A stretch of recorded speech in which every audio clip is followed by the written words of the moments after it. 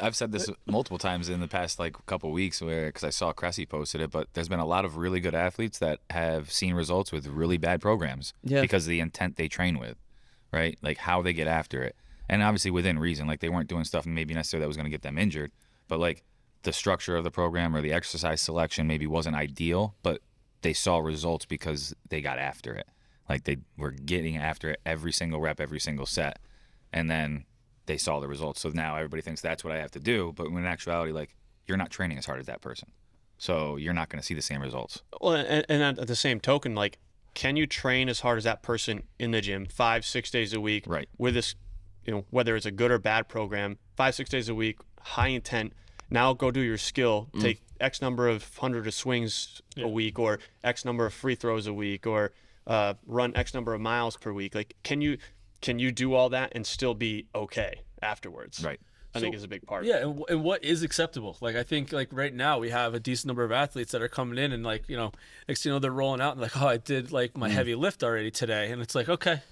All right, so now you gotta like we spend time and working into the programming specifically with full intent upon evaluation, and now we have to makeshift. Or they're starting deadlifts and they go, I already deadlifted today. Yeah, I was going to say, right. or they tell you All the 3/4 throughout their workout at the end, and they're like, and you're just like, why didn't You guys, this is part of that next.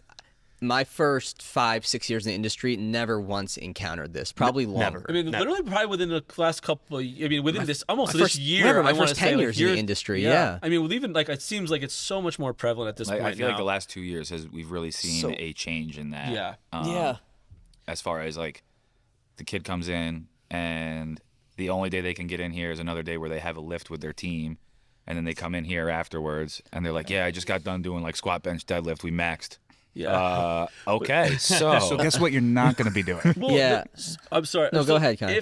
So now this is like we're talking about as us as parents, right? And like, what do we want? Is because this is where the angst comes to me, and like obviously we take care of our kids like our own in here, and but the thing is like when we go to like I guess speaking to the parents of what's going to be the give, it's like just we got to continue to educate. I feel like because it's like, well, where does it come? Because like I can't step on another coach's toes to dictate how he chooses to run his program. But I think if there comes to be the power of the parent and the respect to the kids on like what truly could be in their best interest, it's going to come down to where where we spend a lot of our time and energy trying to do that for them, but in servicing more, what we need people to have that understanding that like.